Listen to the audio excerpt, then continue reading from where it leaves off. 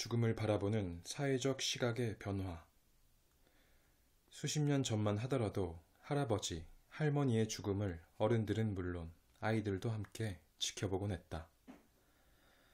또 이 세상을 떠나는 가족의 마지막 삶을 가족 구성원들이 옆에서 보살피는 등 죽음이 우리의 일상사에 포함되어 있었다. 그런데 요즘은 죽음을 맞는 풍경이 크게 달라졌다. 오랜 세월 같이 살아온 가족과 격리된 채 병원 중환자실에서 외롭게 삶의 마지막 시간을 보내고 죽음을 맞는 경우가 많다. 이는 죽음을 바라보는 사회적 시각의 변화가 그대로 반영된 것이다. 20세기 들어서 과학이 발달하고 유물론이 우세해지며 생명 연장 의료 기술이 발달하게 됨에 따라 죽음을 터부시하게 된 것이다. 이러한 사회적 분위기와 맞물려 의료진도 죽음을 바라보는 시각이 달라졌다. 삶을 마무리하고 정리하는 중요한 단계가 아니라 의료의 패배나 실패로 보는 경향이 짙어지게 되었다. 과학의 발달과 병행하여 의학이 급속히 발전함에 따라 의사들은 노쇠도 질병의 하나로 보고 치료하려는 경향이 있다. 그러나 노쇠는 고장이 난 것이 아니다. 이를테면 기계가 수명을 거의 다한 것과 같은 이치다. 그런데도 의학이 진보하면서 인간이 죽음까지도 통제할 수 있다는 착각이 의료계에서도 점점 커지고 있다.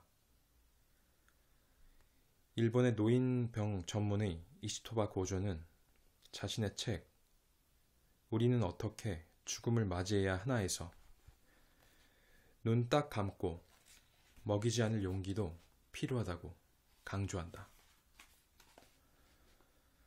고령의 노인은 먹지 않아서 죽는 것이 아니라 생명력이 다해서, 다시 말하면 죽을 때가 임박했기 때문에 먹지 않는다는 것이다. 100세의 나이로 세상을 떠난 미국의 사회운동가 스콧 니어링의 선택은 현대인의 삶과는 큰 대조를 보인다. 그는 뉴욕에서의 도시 생활을 청산하고 버몬트주의 한적한 시골 마을로 들어갔다. 농사를 직접 지으면서 자급자족하는 생활을 영위했는데 다른 사람들과 힘을 합쳐 일을 하며 그의 먹을 양식을 모으면 더는 돈벌이를 하지 않았다. 집을 고치는데 시간을 쓰지 않았으며 하루 한 번은 삶과 죽음에 대해 성찰하고 명상을 하였다. 그러다 100세가 되어 세상을 떠날 때가 가까워오자 그는 주위 사람들에게 자연스러운 죽음의 과정을 원하기에 병원이 아닌 집에 있길 바란다. 또 의학은 삶에 대해 아는 것이 거의 없는 듯하고 죽음에 대해서도 무지한 것처럼 보이기 때문에 의사가 곁에 없기를 희망했다.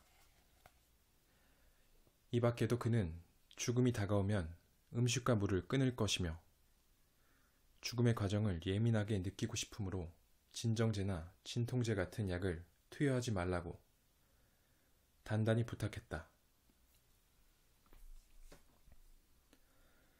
죽음은 광대한 경험의 영역이다. 나는 힘이 닿는 한 열심히 충만하게 살아왔으므로 기쁘고 희망에 차서 간다. 죽음은 옮겨감이나 또 다른 깨어남이므로 모든 삶의 다른 국면에서처럼 어느 경우든 환영해야 한다. 라고 말하며 조용히 화장되기를 바랐다. 또 장례식도 열어선 안 된다는 평소의 의향대로 자신의 삶을 마무리하였다.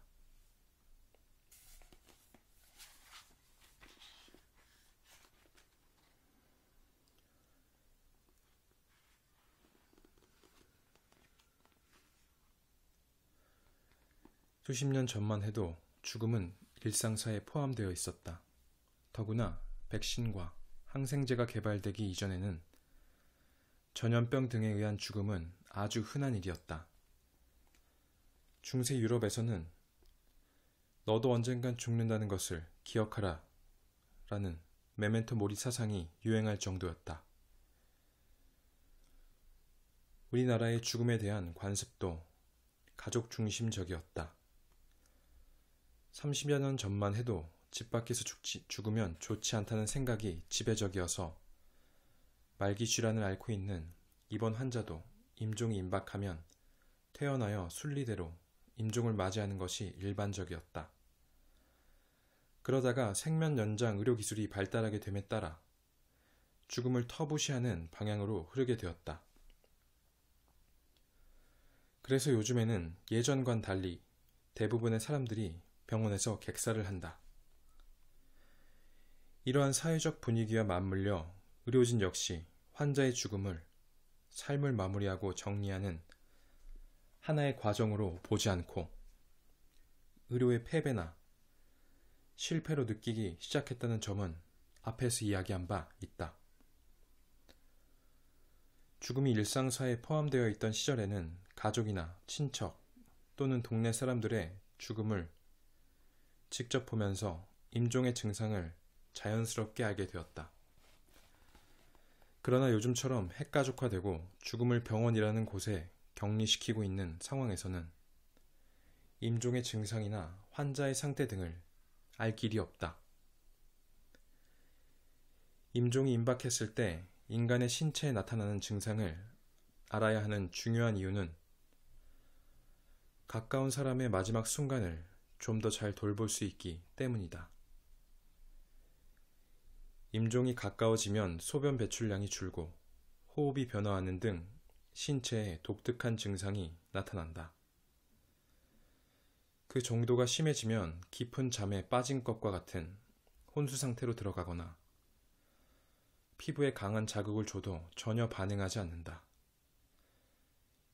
상황이 이런데도 의사는 임종에 대비하긴커녕 환자에 대해 MRI 같은 정밀 검사를 하거나 간질을 억제하는 주사약을 투여하는 등 어떻게든 치료를 하려고 든다. 상황이 이런데도 의사는 임종에 대비하긴커녕 환자에 대해 MRI 같은 정밀 검사를 하거나 간질을 억제하는 주사약을 투여하는 등 어떻게든 치료를 하려고 든다. 이는 현재의 제도 아래에서는 환자를 끝까지 치료해야 할 의무가 의사에게 있기 때문이다.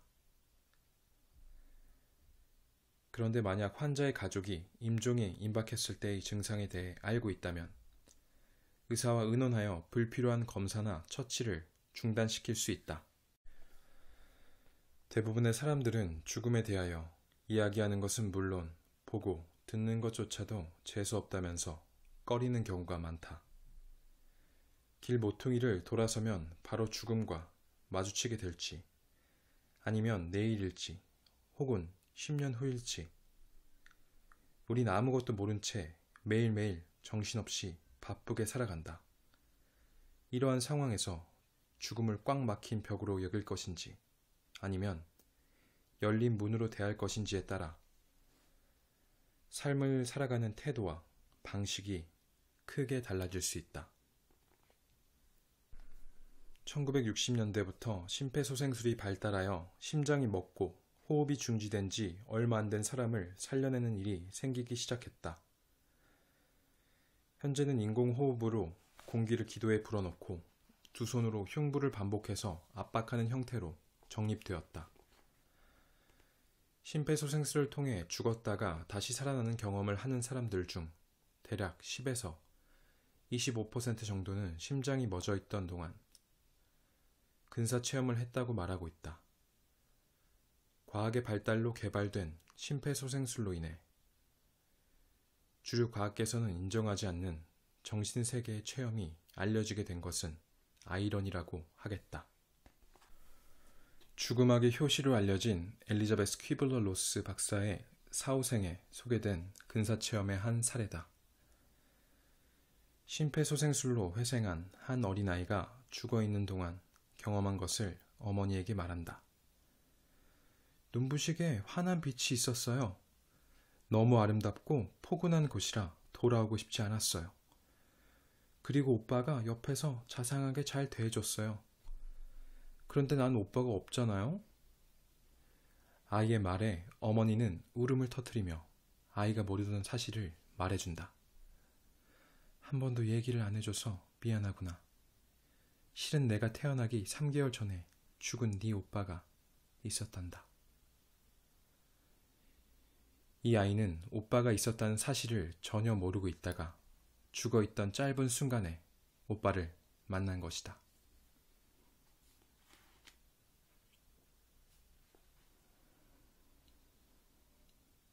2004년 영국 BBC 방송에서 제작한 다큐멘터리 내가 죽던 날은 한 시각장애인의 근사체험을 소개했다. 이 여성은 태어날 때부터 앞을 볼 수 없는 선천성 시각장애인으로 빛이나 그림자, 그 어느 것도 본 적이 없다. 꿈에서도 맛, 감각, 소리, 냄새는 경험했으나 시각적인 이미지는 전혀 나타나지 않았다. 이 여성은 20살 때 교통사고로 심한 부상을 입게 되는데 병원 응급실에서 심폐소생술을 받던 중 체외 이탈을 경험하게 된다. 기억나는 건 정신을 잃고 병원에 실려갔을 때 처치하는 과정을 전부 지켜봤던 일이에요. 두려웠어요. 무언가를 본 적이 없어서 보는 것에 익숙치가 않았거든요. 그래서 잔뜩 겁을 먹었죠. 그러다 결혼 반지와 머리 모양을 본 순간 저건 나잖아. 내가 죽은 건가? 하는 생각이 들었어요.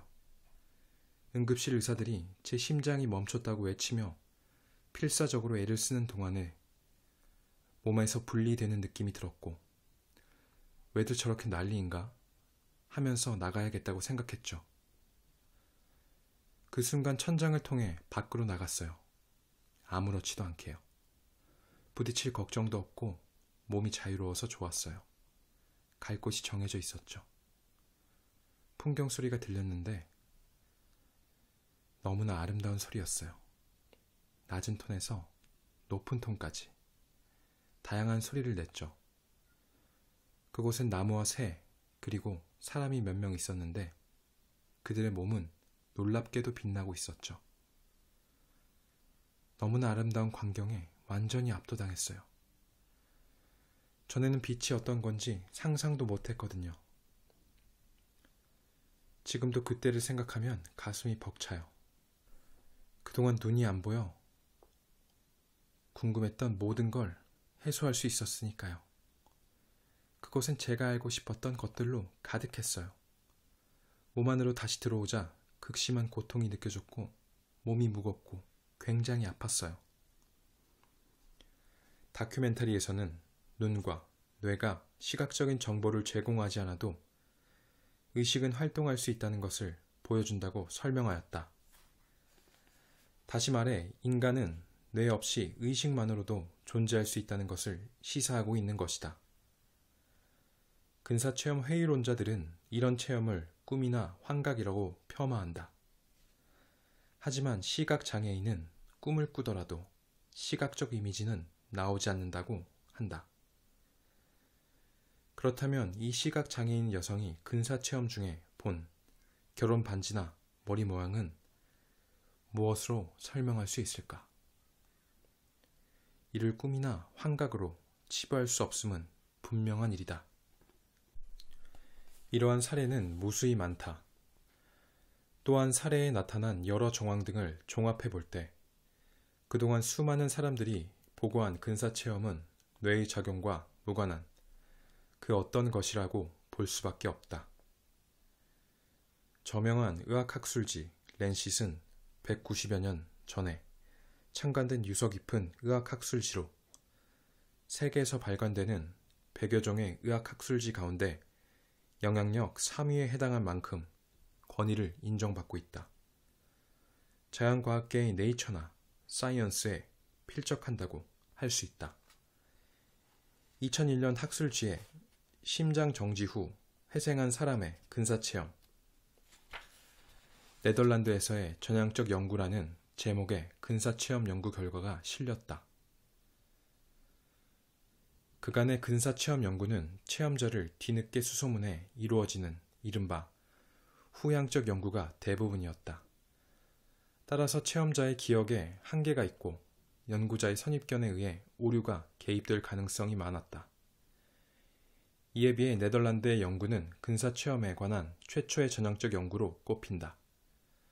병원 관계자들과 사전에 치밀한 준비 작업을 거친 뒤 심폐소생 성공 사례가 발생하면 곧바로 환자를 방문해 인터뷰를 했기 때문에 후향적 연구보다 신뢰성이 훨씬 높다고 할 수 있다.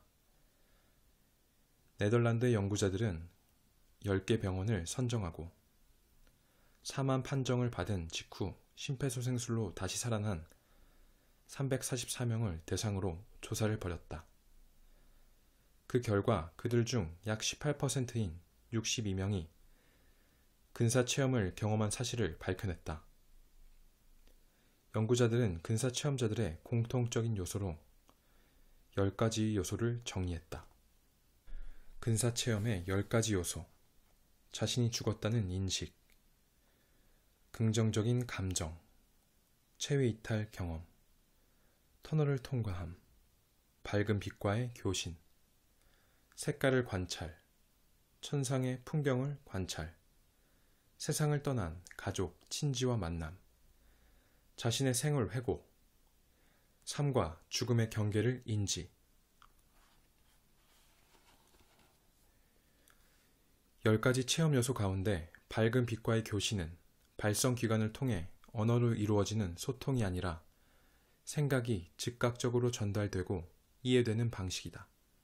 이때 밝은 빛이 질문을 하기도 하는데 다른 사람을 얼마나 배려하고 사랑했으며 지혜를 쌓아왔는지 묻는다. 또한 자신의 생을 회고하는 체험에서 살아오면서 겪었던 중요한 사건들이 주마등처럼 펼쳐지는 순간순간을 다시 경험하는 삶의 회고가 이루어진다. 이때 자신이 가해자였던 경험에서는 피해자가 겪었을 참담한 심정을 그대로 느끼게 된다. 그러므로 가시돋친 말이나 이기적인 행동으로 남을 괴롭히며 살아왔던 사람은 무척이나 괴로운 시간을 겪을 수밖에 없다. 반대로 자신의 선한 의도나 행동을 다시 경험하는 순간에는 무한한 기쁨과 평안을 맛보게 된다.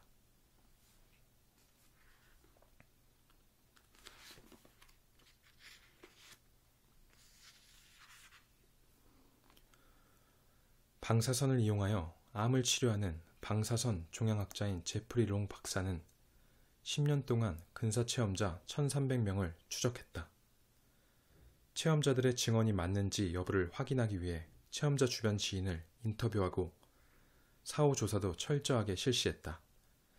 이 연구를 위해 롱은 임사체험연구재단을 설립하고 홈페이지를 개설했는데 한국어로도 볼 수 있다. 이런 노력을 거쳐 나온 책이 죽음, 그 후다. 원래 저자는 죽음과 관련해 아는 바도 관심도 없었다. 그런데 10여 년 전 친구의 부인이 페니실린으로 인한 과민성 쇼크로 심장이 멎어 심폐소생술을 받던 중 근사체험을 했다는 사실을 알게 되면서 연구를 하기 시작했다고 한다. 그는 근사체험이야말로 사후생의 확실한 증거라고 강조하면서 이를 9가지로 요약하였다. 사후생의 증거 9가지. 의식이 생생한 죽음, 유체이탈, 맹인이 보는 기적, 마취 상태의 의식체험, 주마등처럼 삶을 회고, 먼저 죽은 이들과 재회, 어린아이들의 죽음 체험, 5세 미만의 아이들, 전 세계적인 체험의 일관성, 체험자의 삶에 찾아온 극적인 변화,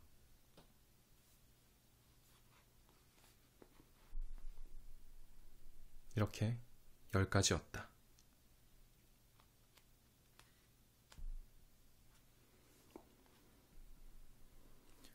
근사 체험자들은 대부분 먼저 죽은 가족을 만나게 되는데 그들은 아직 때가 안 됐으니 돌아가라 라고 말하는 것이다. 또 다른 체험자는 나는 저 다른 쪽은 멋진 곳이고 거기 머물고 싶다고 생각했어요. 그러나 아이들을 생각하니 누가 내 아이들을 돌볼지 걱정이 됐습니다. 그래서 그래, 돌아가서 살아야 해 라고 생각하며 육신으로 돌아왔습니다.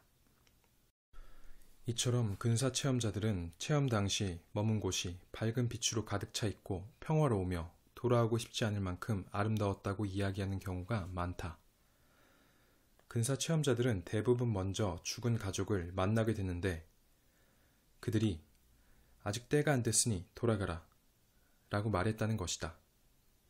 또 다른 체험자는 나는 저 다른 쪽은 멋진 곳이고 거기 머물고 싶다고 생각했어요. 그러나 아이들을 생각하니 누가 내 아이들을 돌볼지 걱정이 됐습니다. 그래, 돌아가서 살아야 해 라고 생각하며 육신으로 돌아왔습니다. 이 여성은 적적 세계가 너무 좋았으나 자녀 양육의 의무를 떠올리고는 이 세상으로 돌아왔다는 것이다. 근사 체험에 대한 회의론자들이 얘기하는 것처럼 환각이나 착각이라면 이처럼 이성적인 판단을 하진 못했을 것이다. 우리가 감각이나 의식으로 파악할 수 있는 세계는 사실 우주의 극히 작은 일부분일 뿐이다. 초의식 또는 초감각을 통해 우주의 본질에 접촉하게 되는데 이런 것을 흔히 신비체험이라고 부른다. 근사체험은 일종의 신비체험에 속한다. 다른 말로는 심층 종교체험 혹은 일체지향적 체험이라고 한다.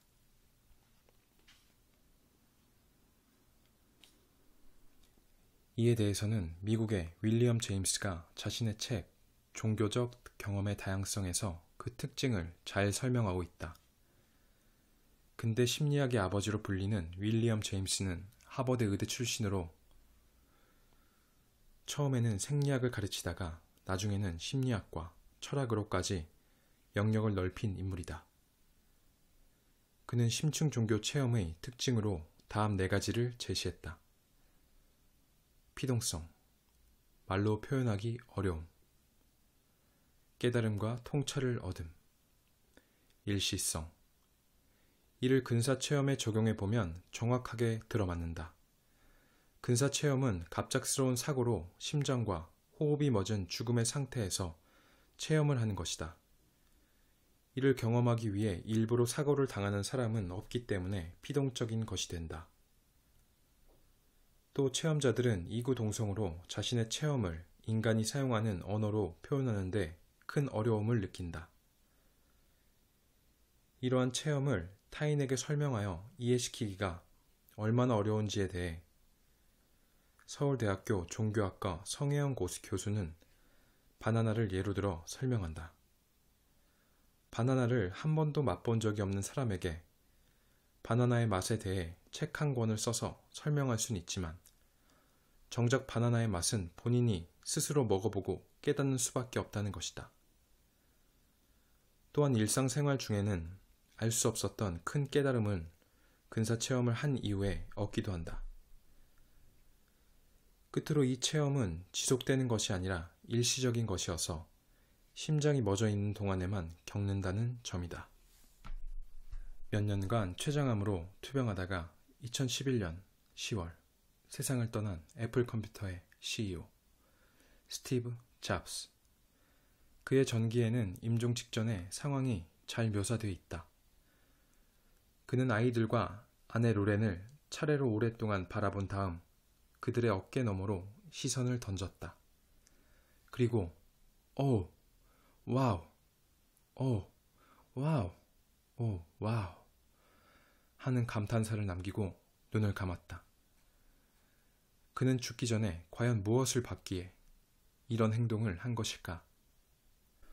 삶의 종말 체험은 근사 체험과 마찬가지로 죽음과 관련하여 일어나는 대단히 중요한 영적 현상이다. 이는 임종하는 사람과 가족 모두에게 편안한 느낌을 주기 때문에 마지막 선물, 파이널 기프트라고 부르기도 한다. 종말 체험은 임종을 앞둔 환자의 경우에만 나타나는 것은 아니다.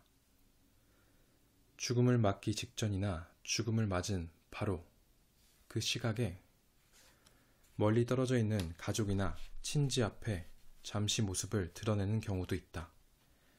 이런 사례는 역사적으로 드문 일이 아니다.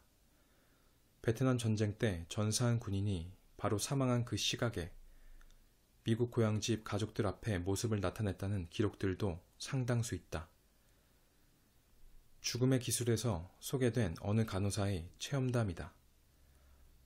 자다가 새벽 3시에 깨어보니 아버지가 자기 앞에 서 계셨다.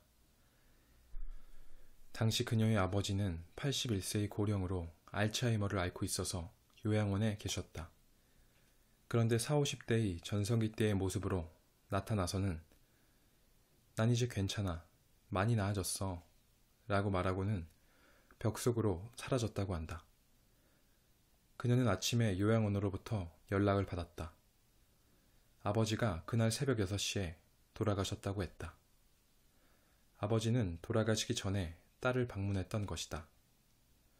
그 간호사는 기묘한 체험이긴 했지만 마음이 편안해졌다라고 한다. 그래서 이런 체험을 마지막 선물이라고 하는 것이리라. 이 책에는 이런 사례도 소개돼 있다. 18세의 한 청년이 영국을 떠나 호주로 가는 상선에 타고 있었다.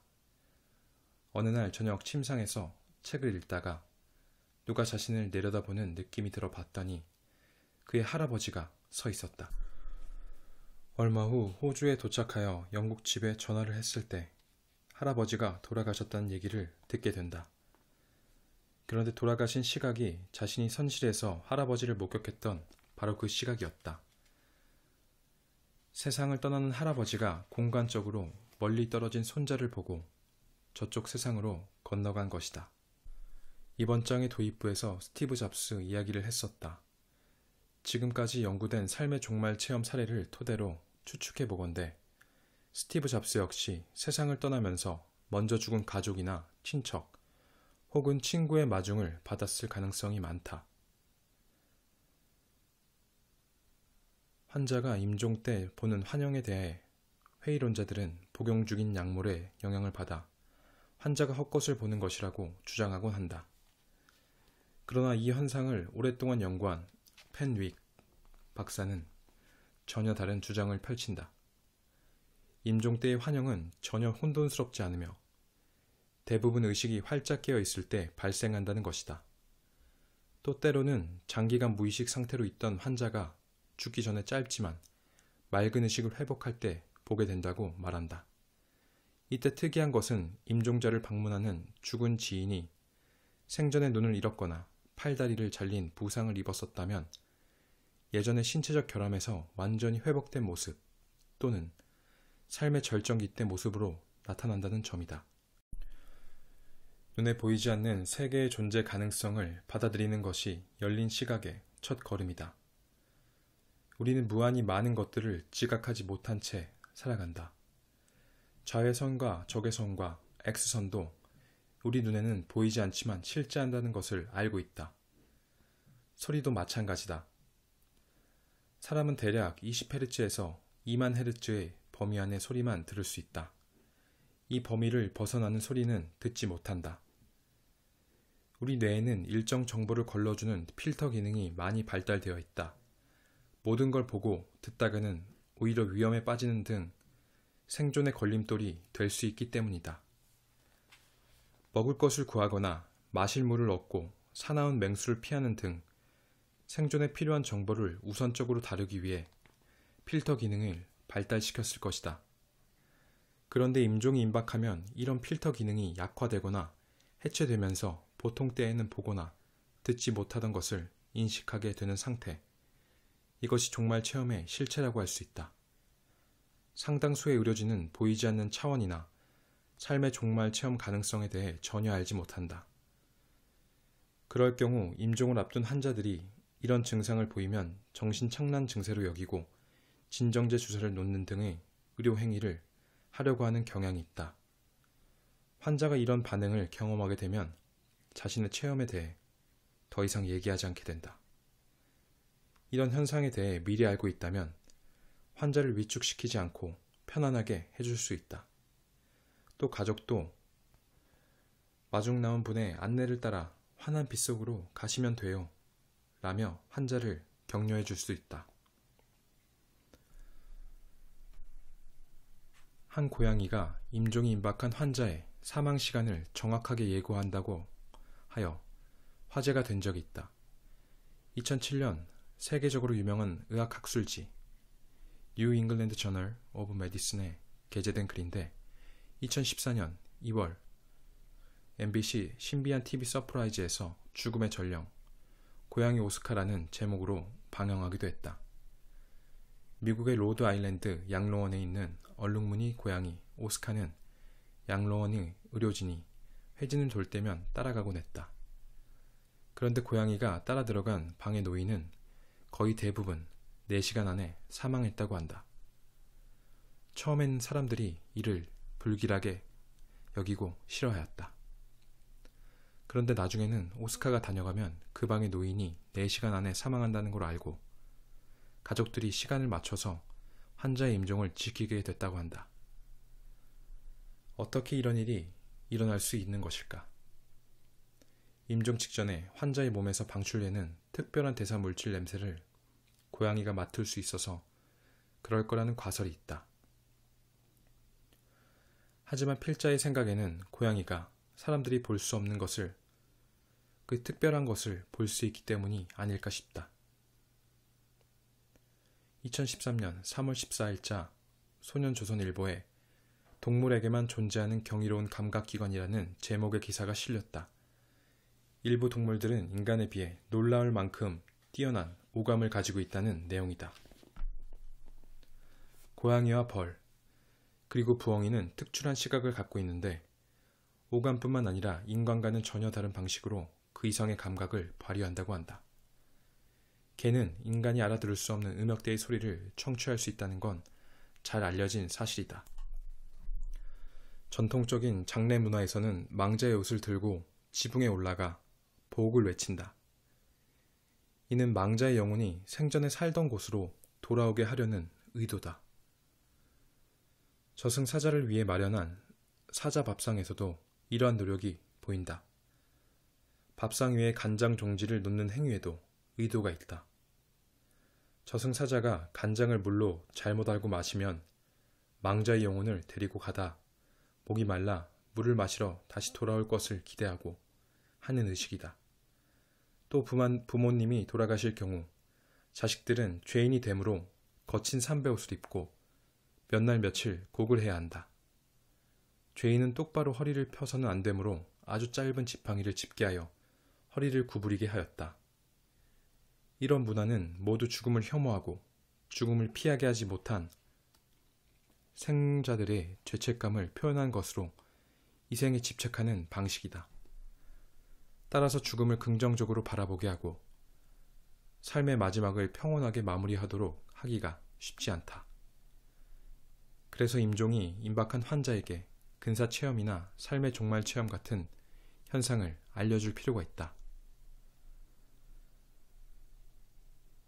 근사체험과 더불어 삶의 종말 체험은 죽음이 소멸이 아니라 옮겨감이라는 것을 시사한다.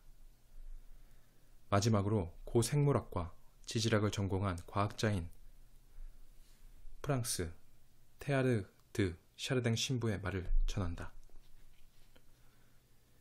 우리는 영적인 체험을 하는 인간이 아니라 인간 체험을 하고 있는 영적인 존재이다.